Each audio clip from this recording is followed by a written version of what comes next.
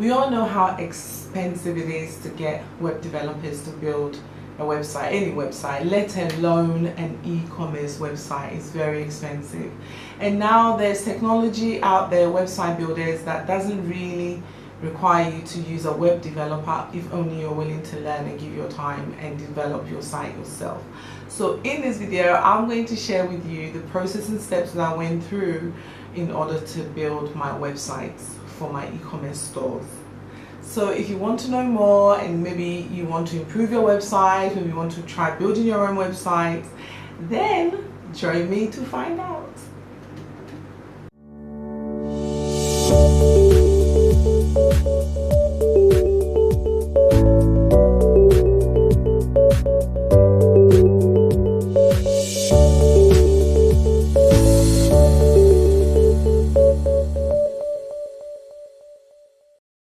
Hello, hi, welcome to my channel, Kingdom Business Sense, with me, Anita Wiafe-Asinor, where I talk about all things business, all things entrepreneurship and more.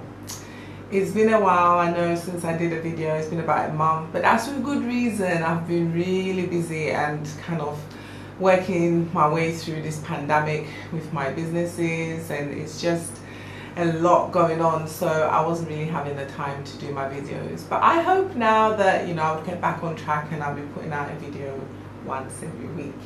Okay, so moving on. In my last video, I was talking to you about the pre-launching of my my e-commerce business that I'm starting in Ghana, Africa, with no budget actually. So I'm actually doing everything myself because I don't have budget. And I also believe that when you're starting something, you've got to try and do as much of it as you can, because the business isn't actually yet generating your revenue, so you want to keep the costs down. So that's another reason. But actually, generally, I also don't have budget for this particular project, but it's very necessary. So my way of doing it is to do it myself. Okay, so what's the update? So since my last video, I did actually launch my my campaign to collect emails from potential customers. I did Facebook and Instagram paid adverts, very nominal, very little budget. I paid, I think it's on like $20 to do those ads, and I had a lot of people liking my Facebook page and also visiting my Facebook page and then also my Instagram. But I have to say, the first time round, the patronage of people giving it and subscribing to our newsletter to be on our database was very low. I was a bit disappointed with it, but then it made me remember that, you know, in Africa people have emails and stuff, but they probably don't use it as frequent or as much as outside. But then also people need to build trust perhaps before they give you their email. So it could be, you know, this or even other factors. So I decided to change tactics and run a second campaign, which I had a much better response. And I think really when you're building an email list, you have to just keep going, you know, sharing posts and just keep going until you get the numbers that you want. So yeah, that's the update on that. And then also remember that I had talked about using Sumo, MailChimp to kind of create newsletters and keep in touch. So I've set up all my email marketing, so when someone signs up to my newsletter, I've already created newsletters that just kind of go out, and I've put some rules in so it goes out without me actually having to physically send these messages. So I've done all of that and it seems to be working. Probably would be happy if it was moving faster than what it is, but it is working, and I keep making changes here and there to kind of boost it up and that. So that's what I've been doing. Okay, so let's move on to talk about my website. Now because I have been busy, I kind of only finished the revamping of one of my existing sites, and I've just recently started building one of my new sites. So I'm going to share with you the process that I went through, and then at the end I'll give you the link to my revamped site for you to see some of the things that I talk about. And then once I do obviously these new ventures, you know, I'm working on them, once I launch those sites, I will also let you know and you can check them out. Okay, so you know, if you're planning to build your own e-commerce website, or if you're already having an e-commerce website, maybe you want to review these are some of the things, this is the process you need to go into. Now I use mind mapping to do a lot of thinking, and the one that I use to build my website is called Mind Mister, and I'll put the link in the description box. Alright, but it's called Mind Mister, and it's really good, and it should be showing up on the screen now. It's really good for planning out not just your website, anything to do with your business. It just kind of gets you to thinking bullet format. So what you can see here is that obviously this is the DS website. That's the site I'm going to give you the link to go and check out at the end. And I just started with just the key elements of building a website. So design, content, you know, I put the feature, I put launching. So under each headline, I then started to put what I want on website. And really on a website, especially an e-commerce website where you're going to put products, you want to keep the design very simple, very clear, and very easy for your customers to navigate. A lot of customers kind of abandon websites when they go and there's slides showing products and there's things flashing at them. There's just so much happening, they get confused and they just leave your website. You need to keep it very simple and very easy to navigate them through. So when you look at my DS site, you realize it's so simple because I want my customers to just focus on looking at the products and purchasing and not be distracted with so many things. So just bear that in mind, okay? But you want to start with your design, okay? That's really your brand identity. So your logo, your brand fonts, all right, your brand fonts, the style of the website, the colors, and all of those things. You can see you need to kind of decide on your brand mission, your brand's voice, and so on. So the words you're going to use, how you're going to decide you're going to be talking to your customers, you know, or are you going to just be more informative, informal, etc. You need to decide all of this.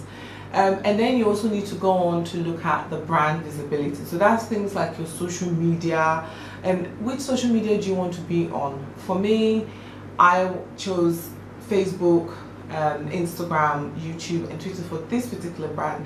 But in my new ventures, I'm only doing Facebook and Instagram because it's not easy managing these websites and managing these social platforms, and everybody thinks they have to be on every one. You don't.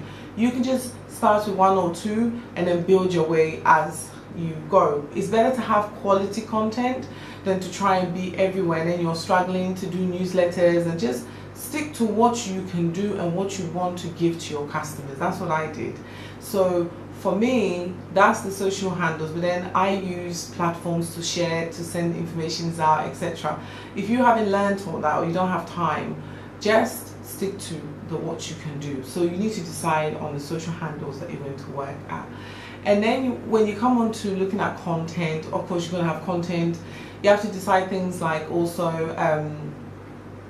you know, what information, how many pages, how many web pages are you going to have, you know, what's the layout going to look like, all right? So this Mind Mister helps you to think through all this, because you just kind of, if you see, you're just kind of going through points. When we move on to content, you want to think about what information do you want to have about us? What do you want to put under about us? You know, is it your story?